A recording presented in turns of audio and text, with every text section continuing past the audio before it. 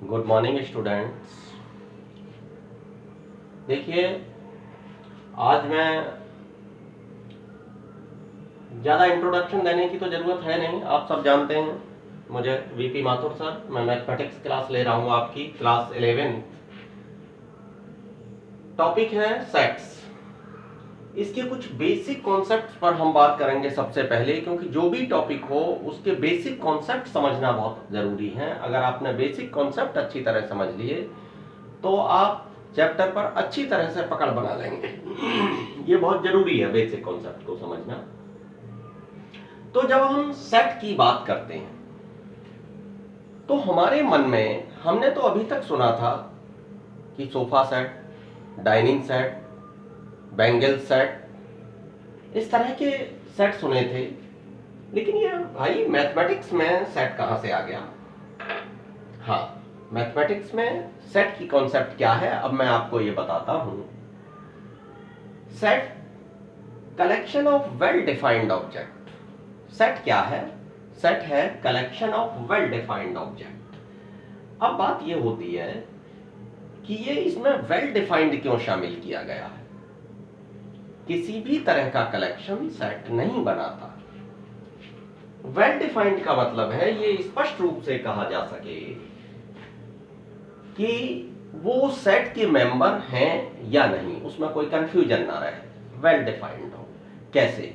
For example, अगर ये कहा जाए कि जंगल के भयानक जानवरों का सेट बनाना है, डेंजरस एनिमल का सेट बनाना है, तो ये एक क्लियर बात नहीं हुई, क्योंकि जिस एनिमल को आप डेंजरस मानते हैं हो सकता है मैं उसे डेंजरस ना मानूं। तो ऐसे उससे बचने के लिए कहा गया है कि वेल डिफाइंड ऑब्जेक्ट का कलेक्शन ही सेट है। जैसे अगर ये कहा जाए कि भारत के, इंडिया के जो बड़े शहर हैं उनका सेट, तो ये एक क्लियर बात नहीं हुई। अगर ये कहा जाए कि 10 लाख से ऊपर पॉपुलेशन वाले सिटीज का जो सेट है वो तैयार करना है हमें, तो बात क्लियर हो गई कि पॉपुलेशन के बेस पर जो 10 लाख से ऊपर वाले हैं उनको हम ले लेंगे।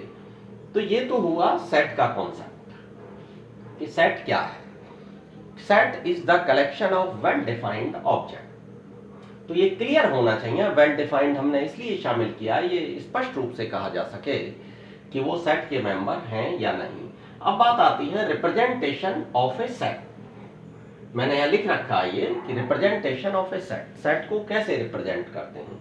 तो एक तो आप ये समझ लीजिए कि इसको कैपिटल लेटर से इंडिकेट करते हैं, जैसे कि ए, बी, ये सब, सी, ऐसे कैपिटल लेटर से हम सेट को इंडिकेट करते हैं।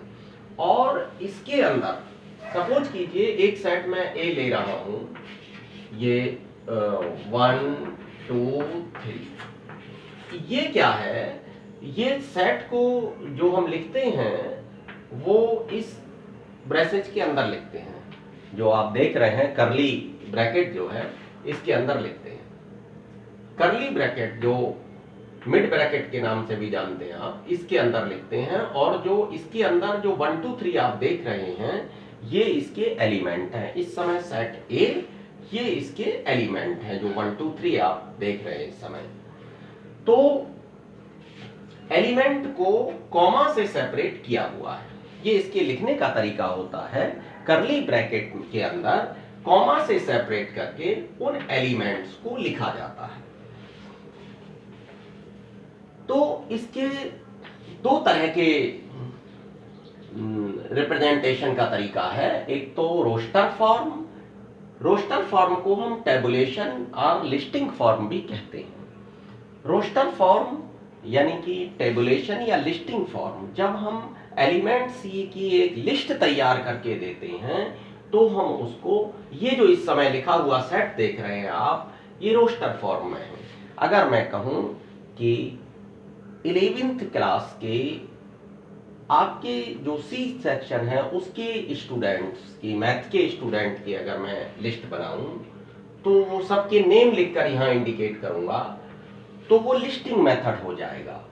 11th क्लास के अगर स्टूडेंट की मैं लिस्ट तैयार करूं, एक सेट तैयार करूं 11th क्लास के स्टूडेंट का, तो इस तरीके से सबके नेम लिखकर और उनको कॉमा लगाकर लिखूं, तो वो 11th क्लास के स्टूडेंट का सेट हो जाएगा। और वो मेथड क्या होगा, वो लिस्टिंग मेथड होगा। इसी को सेट बिल्डर फॉर्म यानी कि उसकी प्रॉपर्टी का यूज करके जब हम लिखते हैं तो वो हमारे सेट बिल्डर फॉर्म में हो जाती है। अब जैसे मैं इसको देख रहा हूं यहां इस समय 1 2 3 मैंने लिखा हुआ है, आप देख रहे हैं सेट ए लिखा हुआ है, एलिमेंट्स 1 2 3 हैं उसमें। अगर मैं ये मेथड आपका टेबुलेशन और लिस्टिंग मेथड है, जिसको हम रोस्टर फॉर्म का रिप्रेजेंटेशन बोलते हैं, इसको रोस्टर फॉर्म में टेबुलेशन या लिस्टिंग मेथड है। अब इसको मैं सेट बिल्डर या प्रॉपर्टी उसका यूज करके अगर लिखूंगा तो मैं लिखूंगा ए और एक्स। ए का जो एलिमेंट है वो क्या है, x, such that x belong to n. अब देखिए यहां पे ये जो आपके सामने सिंबल है, ये कुछ नया सिंबल आपको महसूस हो रहा है। ये बिलोंग टू का है, जो आप देख रहे हैं संबंधित है, बिलोंग्स टू। एक्स बिलोंग किसको करता है, एन को, नेचुरल नंबर को। और एक्स जो है एन को बिलोंग कर रहा है। और ये जो एन है वो लेस देन और इक्वल टू 3। और ये जो n, चलिए ये n लिखे देते हैं n, और n less than equal to 3। ये 3 से छोटा है या उसके बराबर है। और n जो है एक नेचुरल नंबर है, ठीक है, n लेस देन और इक्वल टू 3। इस तरह से लिख सकते हैं, चलिए ऐसे लिख लीजिए। ये मैं यहाँ n ही लिखे दे रहा हूं इसको, n और n belong to n, natural number को बिलोंग करता है। ये जो n है ये नेचुरल नंबर को बिलोंग करता है, n less than equal to 3। ये चीज हो गई। अब इसमें यहाँ प्रॉपर्टी यूज हो गई। प्रॉपर्टी क्या, देखिए n कोई एलिमेंट है इस समय, और वो एलिमेंट नेचुरल नंबर को, नेचुरल नंबर कहां से स्टार्ट होते हैं, 1 से। तो ये क्लियर है कि 1 से नीचे वाला नेचुरल नंबर नहीं होता, 1 से स्टार्ट हो रहा है। अब नेचुरल नंबर तो 1 2 3 एंड सो ऑन बहुत आगे तक है, लेकिन ये जो n है ये 3 के बराबर या उससे छोटा है, ये बाउंड कर दिया हमने। चलिए जैसे हम अगर फिर एक एग्जांपल मैं इसको और देता हूं आपको समझाने के लिए कि 11th क्लास के स्टूडेंट्स का हमने सेट तैयार किया है। तो एक तो ये है कि ये जो सेट ए है, अगर लिस्टिंग मेथड को हम लिखना चाहेंगे, जो हमारा लिस्टिंग मेथड है, या इसको हम क्या बोलते हैं, रोस्टर फॉर्म में, उसमें आप क्या करेंगे, जैसे कि सपोज कीजिए राम, श्याम, इस तरह से आपने 11th क्लास के स्टूडेंट्स के नेम लिख करके उसको लिख दिया। अगर इसी को हम सेट बिल्डर फॉर्म में लिखना चाहेंगे, सेट बिल्डर फॉर्म में लिखना चाहेंगे इसको, तो कैसे लिखेंगे, ए और एक्स इसका एक एलिमेंट है। यहां एलिमेंट क्या है, 11th क्लास के स्टूडेंट, एक्स एलिमेंट है। और सच that x is a student of class 11। ये देखिए 11th क्लास का स्टूडेंट है। तो ये हमने इसकी प्रॉपर्टी पकड़ ली कि भाई ये जो x है, ये जो एलिमेंट है 11th क्लास का स्टूडेंट है, तो हमने वो प्रॉपर्टी वहां उसकी लिख दी। ये हमारी सेट बिल्डर फॉर्म में हो गई। सेम चीज हमारी सेट बिल्डर फॉर्म में हो गई। जितने भी स्टूडेंट हैं क्लास 11th के, ये हमने सेट तैयार किया है उनका, तो हमने बाई नेम उनकी लिस्ट बना करके इसमें सेट में लिख दिया। और यहां जब उसकी प्रॉपर्टी का यूज हुआ, प्रॉपर्टी हमने एक यहाँ x लिख दिया है, और x एक स्टूडेंट है क्लास 11th का, ये हमने प्रॉपर्टी यूज कर दी। तो अब आप समझ गए कि दोनों तरीके से उसको हम कैसे इंडिकेट कर सकते हैं। जो सेट लिखने का तरीका है, ये भी एक मेथड है, ये भी एक मेथड है। अब सुनिए, जैसे कि अगर मैं इसमें सपोज कीजिए, अब मैं यहां लिख रहा हूं 2 4 6 और 8 लिख दिया, ये देखिए। और मैं देख रहा हूं कि अगर मैं यहां इसको लिखना चाहूं तो मैं कैसे लिखूंगा, 2 4 6 8 है और मैं यहां 2n लिख दिया मैंने, such that n less then या इक्वल टू, अब देखिए 2n लिख दिया, 2 बन जा 2, 2 जा 3 जा 4 जा, लेस देन इक्वल टू 4, ये आ गया। और n क्या है, n belong to n, natural number को बिलोंग कर रहा है, 4 से छोटा है और नेचुरल नंबर को बिलोंग कर रहा है। ठीक, तो इस तरह से हम प्रॉपर्टी यूज कर सकते हैं। अच्छा, तो ये प्रॉपर्टी मेथड होता है सेट बिल्डर फॉर्म, और जो लिस्टिंग फॉर्म लिस्ट बना करके पेश किया जाता है। चलिए अब नेक्स्ट हमारी है नल सेट और एम्प्टी सेट और वाइड सेट। नल सेट क्या होता है, या एम्प्टी सेट जिसको हम बोलते हैं, वाइड सेट भी बोलते हैं इसको। तो नल एम्प्टी सेट हमारा होता है जिसमें कोई एलिमेंट नहीं होता। एम्प्टी सेट को जो लिखने का तरीका है वो इस तरीके से लिखते हैं, इसके अंदर कोई एलिमेंट शो नहीं करते, खाली ऐसे कर देते हैं, और या हम इसको फाई के करके इंडिकेट करते हैं। क्या तरीका है इसके लिखने का, या तो हम इस करली ब्रैकेट को खाली छोड़ देते हैं या उस फाई लिख देते हैं, ओनली फाई अलग से। ये इसका सिंबलिक रिप्रेजेंटेशन है किसका, एम्प्टी सेट का, जिसके अंदर कोई एलिमेंट ना हो वो एम्प्टी सेट होता है। ये आप अच्छी तरह से समझ लें। देखिए अगर मैं यहां लिख दूं, हाँ अगर आप ऐसे लिखेंगे, देखिए ये एम्प्टी सेट नहीं है, अगर मैं आपको बताऊं तो ये एम्प्टी सेट का एग्जाम्पल नहीं है, ये गलत है, ये गलत है। क्यों, क्यों गलत है, इसके अंदर एक एलिमेंट फाई आ गया। आप देख रहे हैं कि अगर मैं इसको इस तरीके से लिखे देता हूं तो इसके अंदर एक एलिमेंट फाई आ गया, फाई इसका एलिमेंट हो गया, तो ये आपका एम्प्टी सेट नहीं है। लेकिन ये एम्प्टी सेट का रिप्रेजेंटेशन है, ये एम्प्टी सेट का रिप्रेजेंटेशन है। अगर मैं एम्प्टी सेट का एग्जाम्पल देना चाहूं तो देखिए क्या दूंगा, कुछ भी आप दे सकते हैं एम्प्टी सेट का एग्जाम्पल। तो आप देखते हैं कि रियल नंबर का जो स्क्वायर है, चाहे वो पॉजिटिव हो या नेगेटिव हो, अगर तो उसका जो स्क्वायर होगा वो हमेशा पॉजिटिव ही जाता है। लेकिन अगर मैं इस तरीके से लिखूं ये x सच दैट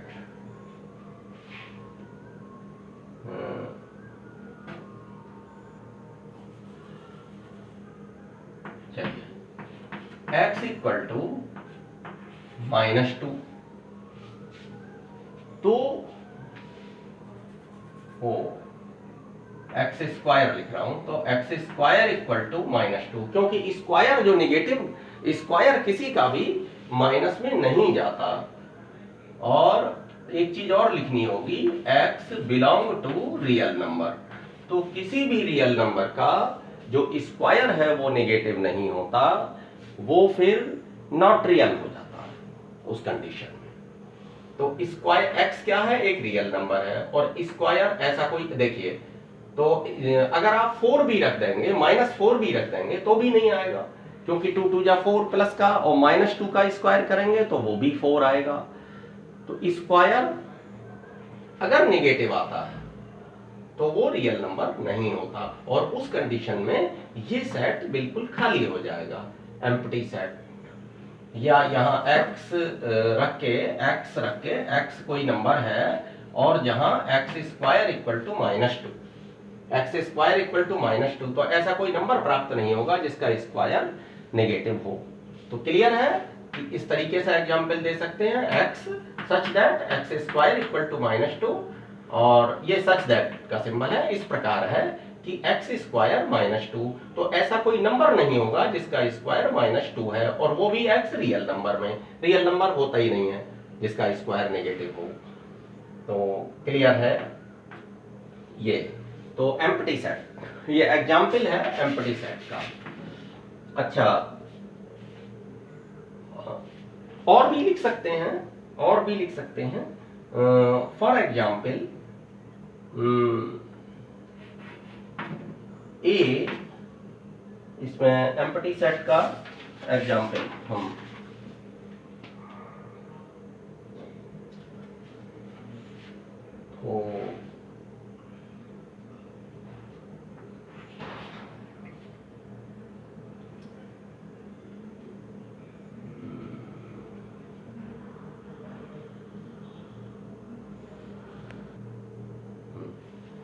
अब देखिए सिंगलटन सेट। सिंगलटन सेट क्या होता है? एक ऐसा सेट जिसमें सिंगल एलिमेंट हो, सिंगलटन सेट कहते हैं। सपोज कीजिए 2 आ गया, सिंगल एलिमेंट है, कुछ और भी रख लीजिए, ये सब सिंगलटन सेट कहलाता है। जिसमें एक सिंगल एलिमेंट हो, उस सेट को हम सिंगलटन सेट कहते हैं। चलिए नेक्स्ट है हमारा फाइनाइट सेट। ये सिंगलटन सेट। अब है नेक्स्ट ये फाइनाइट सेट। फाइनाइट जिसमें नंबर ऑफ एलिमेंट्स निश्चित हो, और जिसमें नंबर ऑफ एलिमेंट निश्चित ना हो। सपोज कीजिए जैसे हमने ए लिख दिया 1 2 3 4, तो ये हमारा एक फाइनाइट सेट हो गया। लेकिन अगर हम कोई बी इस तरीके से लिखते हैं 1 2 3 4, और ये देखिए ये, अब ये क्या है? ये इनफाइनाइट सेट हो गया। तो फाइनाइट सेट और इनफाइनाइट सेट जिसमें नंबर ऑफ एलिमेंट्स निश्चित ना हो, वो इनफाइनाइट सेट होता है, जिसमें लास्ट एलिमेंट आप पता ना लगा सके कि कितना है। और ये जो नंबर ऑफ एलिमेंट जब निश्चित हो जाते हैं तो वो फाइनाइट सेट होता है। तो फाइनाइट सेट और इनफाइनाइट सेट दोनों ही क्लियर हो रहे होंगे आपको। अब cardinal number of finite set. अब बात आती है किसी फाइनाइट सेट के कार्डिनल नंबर से आप क्या समझते हैं? तो देखिए कार्डिनल नंबर होता है नंबर ऑफ एलिमेंट्स।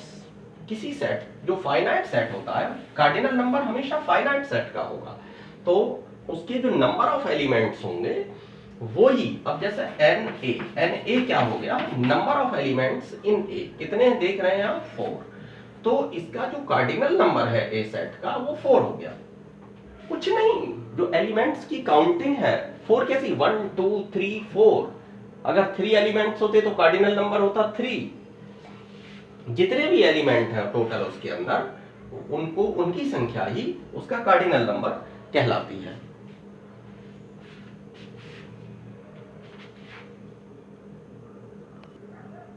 हाँ तो स्टूडेंट्स, अब हम आगे बढ़ते हैं और अब आप देखेंगे इक्विवेलेंट सेट और इक्वल सेट्स। इक्विवेलेंट सेट और इक्वल सेट दोनों में क्या डिफरेंस होता है? देखिए इक्विवेलेंट सेट में आपके जो कार्डिनल नंबर्स हैं, यानी कि एलिमेंट्स की संख्या सेम होती है, टोटली इक्वल नहीं होते। और इक्वल सेट्स में एलिमेंट्स भी इक्वल होते हैं। फॉर एग्जाम्पल अगर मैं कहूं कि ए आपके ए बी सी और बी ये जो है 1 2 3, तो ये एग्जाम्पल मैंने किसका दिया है? यहां देख रहे हैं 3 एलिमेंट्स इसमें हैं और 3 एलिमेंट्स इसमें हैं। तो जब एलिमेंट्स की संख्या बराबर है तो ये इक्विवेलेंट सेट हुए। ये क्या है? Equivalent sets. ये इक्विवेलेंट सेट्स हैं क्योंकि इनकी जो कार्डिनल नंबर, अभी मैंने बताया था कार्डिनल नंबर क्या होता है। कार्डिनल नंबर उनके एलिमेंट्स की संख्या होती है। तो एलिमेंट्स की संख्या जब बराबर होती है, दैट इज कार्डिनल नंबर दो सेट्स के बराबर होते हैं, तो हम उनको इक्विवेलेंट सेट्स कहते हैं। लेकिन अगर हमें इक्वल सेट लिखना हो तो हम क्या करेंगे? Equal set. अब आप देख रहे हैं, अब मैं इक्वल सेट में बदल देता हूं। ए बी सी कहीं लिखा है या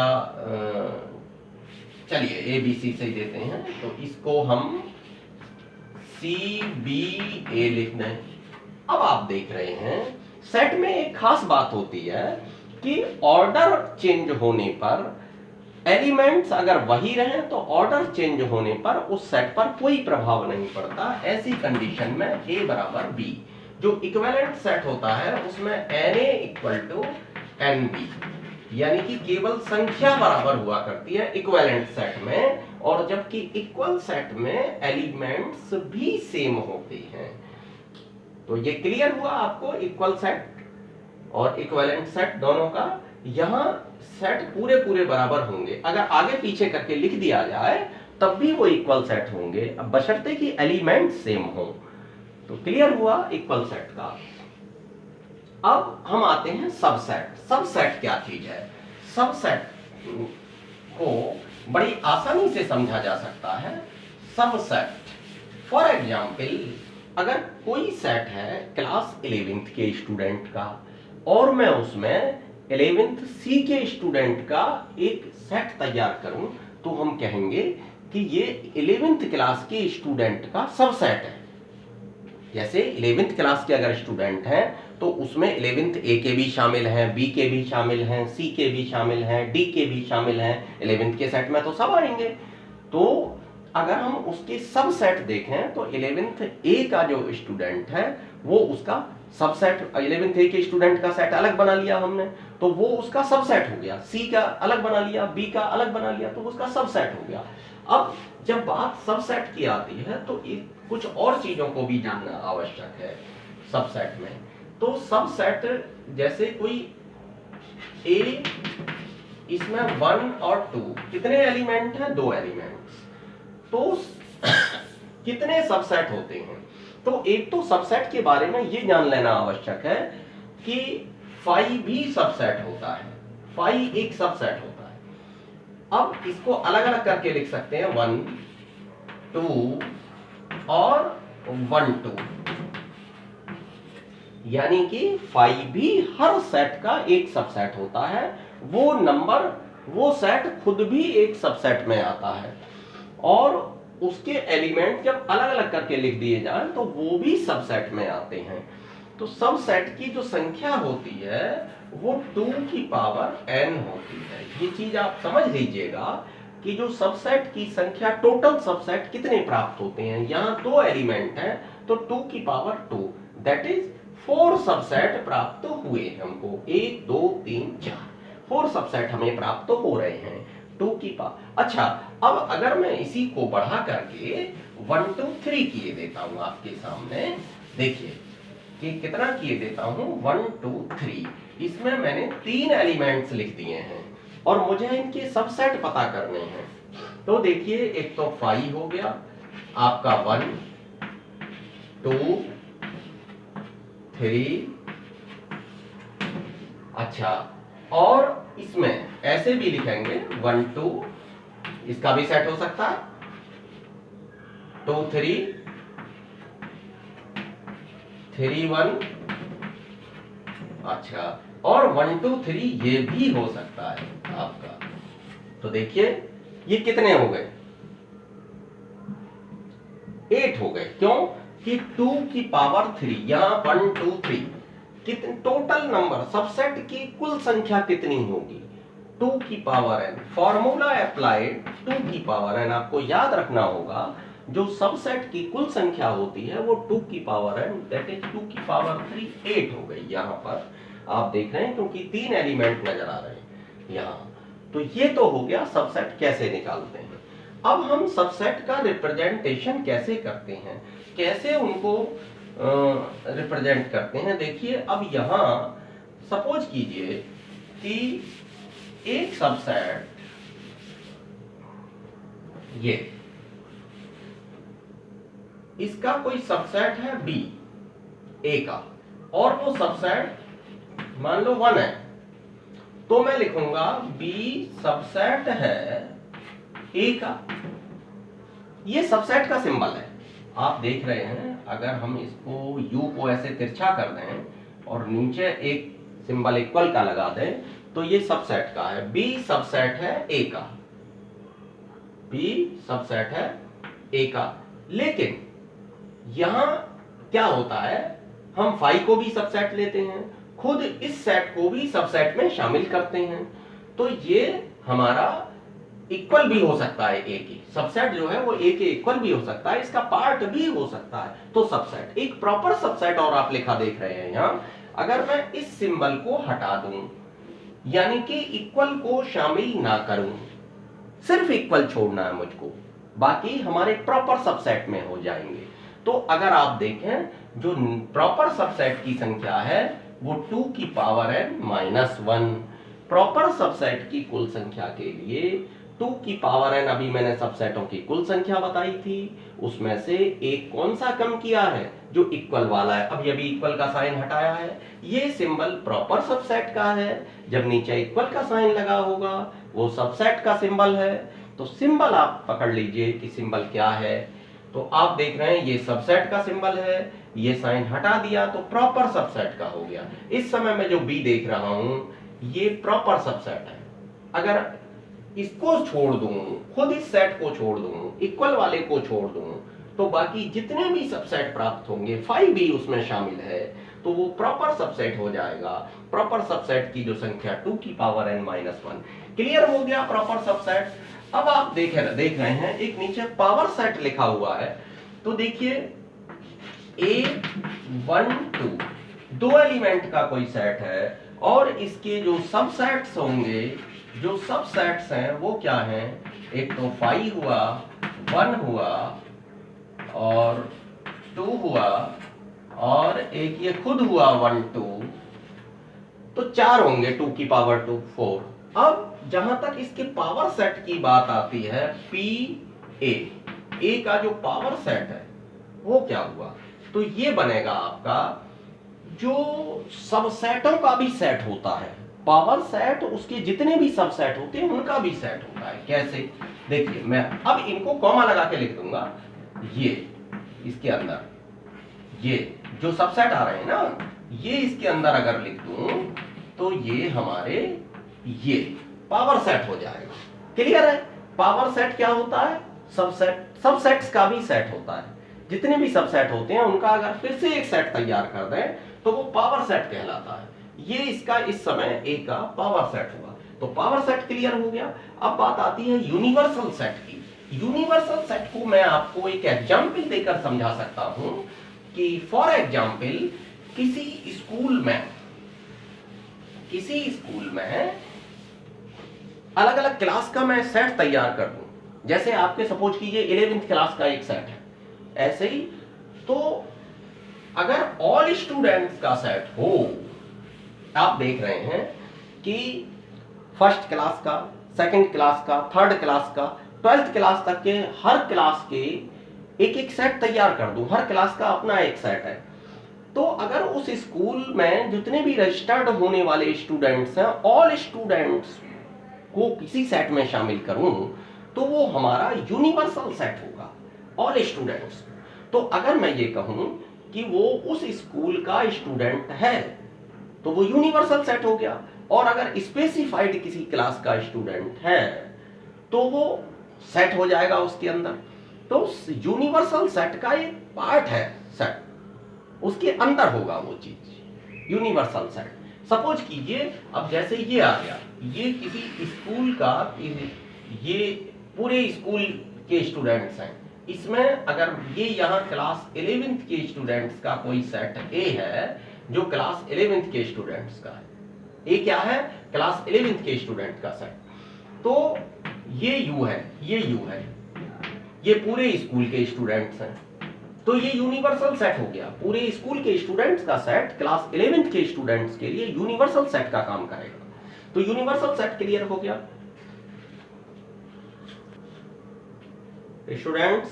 तो मैंने जितनी भी आपको बेसिक कॉन्सेप्ट्स क्लियर किए, इसके रिगार्डिंग मैं आपको एक पीडीएफ लिंक कर दूंगा, वो आप नोट कर लेंगे अपनी फेयर नोटबुक में। और जहां तक बेसिक कॉन्सेप्ट्स की बात है, जो रिमेनिंग अभी कॉन्सेप्ट्स हैं, जैसा कि मैंने यहाँ वेन डायग्राम लिखा हुआ है, वेन डायग्राम समझाऊंगा और भी बहुत कुछ अभी बताऊंगा आपको सेट से रिगार्डिंग, वो मैं नेक्स्ट वीडियो में लेकर आऊंगा। Thank you, have a nice day students.